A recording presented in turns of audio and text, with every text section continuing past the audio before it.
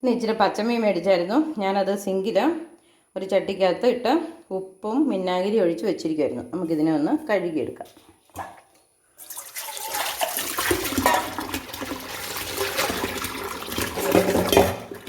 ഒരു 2-3 പ്രാവശ്യം കഴുകി ആ വെള്ളമൊക്കെ ഒന്ന് നന്നായിട്ട് വെളുക്കുന്നിടം വരെ കഴുകണം.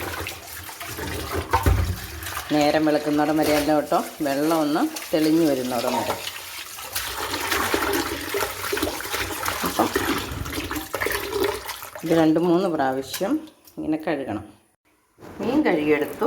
ഇനി നമുക്ക് ചട്ടിക്കകത്തപ്പം വെള്ളം പിടിച്ചിട്ടുണ്ട്. ഇനി ഞാനതിൻ്റെ 2 ചുള കുടംപുളി എടുത്ത് ഈ വെള്ളത്തിലേക്കിട്ട് ഇതുകൊണ്ട് നമുക്ക് അടുപ്പത്ത് വയ്ക്കാം.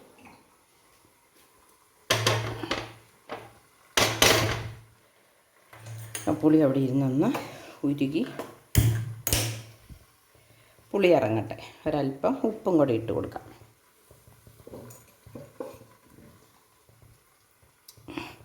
ഉപ്പ് വെള്ളത്തിൽ കിടന്ന് തിളച്ച് പുളി ഒന്ന് ഇറങ്ങട്ടെ. ഇനി നമുക്ക് വേറൊരു ചട്ടിയെടുത്ത് അടുപ്പത്ത് വെച്ച് മുളകും അല്ലെങ്കിൽ ഈ മീനിൻ്റെ അരപ്പൊന്ന് മൂപ്പിച്ചെടുക്കാം. പുളി വെന്ത് നല്ലപോലെ തിളച്ചുകൊണ്ട് ഞാൻ ഇനി അടുപ്പിലോട്ട് മാറ്റി. ഈ അടുപ്പിൽ തീയില്ല, എന്നിട്ട് പോലും ആ പുളി അവിടെ നിന്ന് തിളച്ചുകൊണ്ടിരിക്കുക. ഇനി നമുക്ക് ബാക്കി അരപ്പ് മൂപ്പിക്കാനുള്ള ഒരു ചീനച്ചട്ടി അടുപ്പത്ത് വയ്ക്കാം. ഇതിലേക്ക് അല്പം എണ്ണ ഒഴിച്ചു കൊടുക്കാം. സാധാരണ അവസാനം എണ്ണ ഒഴിക്കുകയും ചെയ്യുന്നത്, ഇന്ന് ആദ്യം എണ്ണ ഒഴിക്കാമെന്ന് വിചാരിച്ച്. നമ്മൾ ഒരാൾ കറി വെച്ചാൽ എല്ലാ ദിവസവും അല്പം മാറ്റി അല്ലേ വയ്ക്കുന്നത്.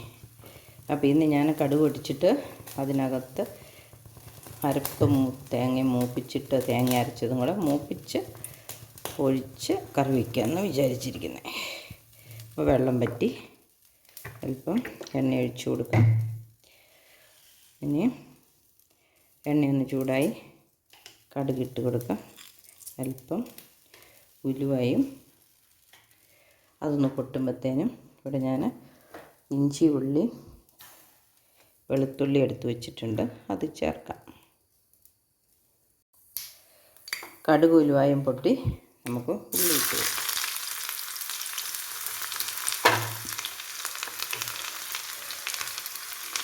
കറിക്കകത്ത് കിടക്കാനുള്ളതായതുകൊണ്ട് കിടന്നിഞ്ഞ് വേകാനുള്ളതല്ലേ, അതുകൊണ്ട് ഒത്തിരി അങ്ങോട്ട് മൂപ്പിക്കുന്നില്ല. കടുക് താളിച്ചൊഴിക്കുമ്പോഴാണ് ഈ ഉള്ളി നമ്മൾ നല്ലതുപോലെ മൂപ്പിക്കും.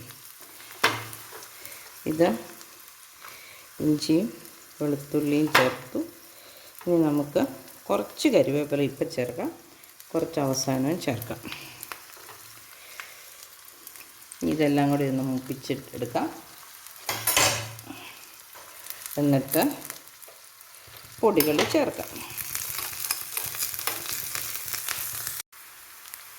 നമുക്കൊരല്പം ഉപ്പ് ഇപ്പം ചേർത്ത് കൊടുക്കാം. ഇനി നമുക്ക് പൊടികൾ ചേർക്കാം. കറിവേപ്പില നന്നായിട്ട് മൂത്തിട്ടുണ്ട്. അപ്പോൾ ഇഞ്ചിയും വെളുത്തുള്ളിയും ചുമന്നുള്ളിയൊക്കെ നന്നായിട്ട് വെന്ത് വഴന്ന് വന്നിട്ടുണ്ട്. ഇനി നമുക്ക് പൊടികൾ ചേർക്കാം. തീ ഒന്ന് കുറച്ച് വെക്കാം.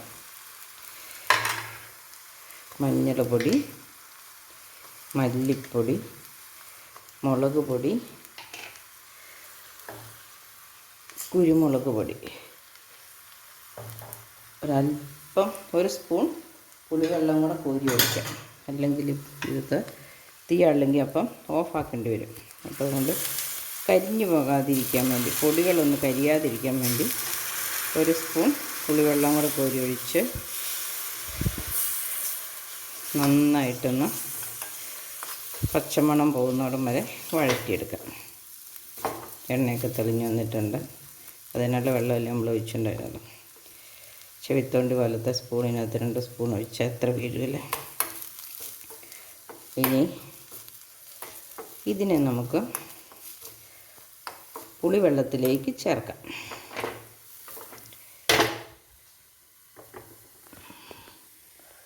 പുളിവെള്ളത്തിൻ്റെ ചട്ടി ഈ അടുപ്പത്തേക്ക് മാറ്റി വെച്ചു.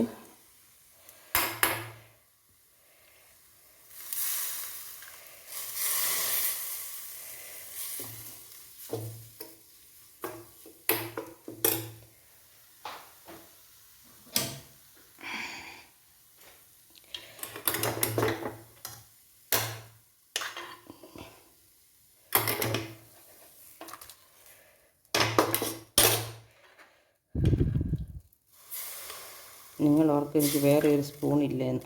അപ്പോൾ എൻ്റെ കൈ കിട്ടിയത് ഇതാ.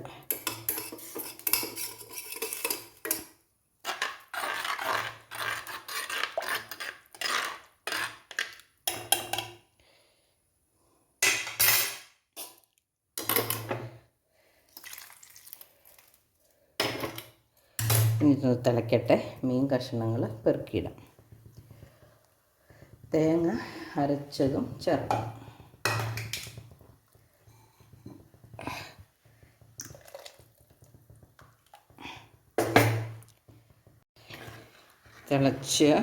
തിളച്ച് വരട്ടെ. നമുക്കൊന്ന് ഇളക്കി കൊടുക്കാം. പച്ചമീനിനൊരു കുഴപ്പമുണ്ട്. ഒത്തിരി നേരം ആ കഷ്ണങ്ങൾ അതിനകത്ത് കിടന്ന് തിളച്ചാൽ അത് ഒരു ടേസ്റ്റ് ഇല്ലാതെ ഹാർഡായിപ്പോവും. അപ്പോൾ അതുകൊണ്ട് നമുക്ക് തിളച്ച് കഴിഞ്ഞ് മീനിട്ട് മീൻ കഷ്ണത്തിനൊരു 3-4 മിനിറ്റ് വേവേ ആവശ്യമുള്ളൂ. ആകപ്പാടെ 10-20 മിനിറ്റും കൊണ്ട് നമ്മുടെ മീൻ കറി റെഡിയാകുന്നല്ലേ. നന്നായിട്ട് തിളക്കേണ്ടത് ഒരു 3-4 മിനിറ്റേ ഉള്ളൂ. അപ്പം നമുക്കിനി ഇതിനകത്തേക്ക് പതിയെ അരി തിളച്ച് വരുന്നുണ്ട്. മീൻ കഷ്ണങ്ങൾ പെറുക്കിയിടാം.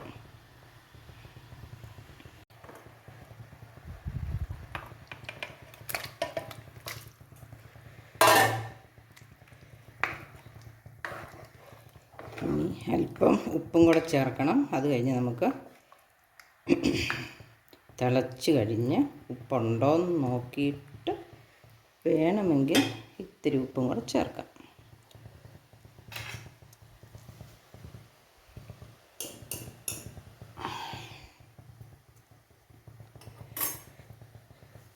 ഒരല്പം കറിവേപ്പിലയും കൂടി ഇടിയിരിപ്പുണ്ട്.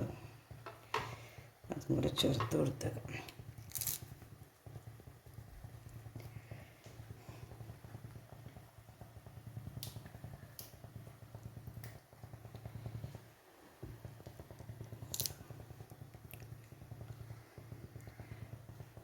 പയ്യെ തിളച്ചിട്ടുണ്ട്.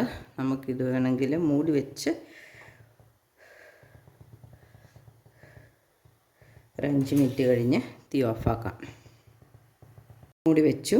ഇനി അതവിടെ ഇരുന്ന് ഒരു 5 മിനിറ്റ് ഒന്ന് തിളക്കട്ടെ. തിളച്ചാൽ പിന്നെ നമുക്ക് തീ കുറച്ച് വെക്കാം.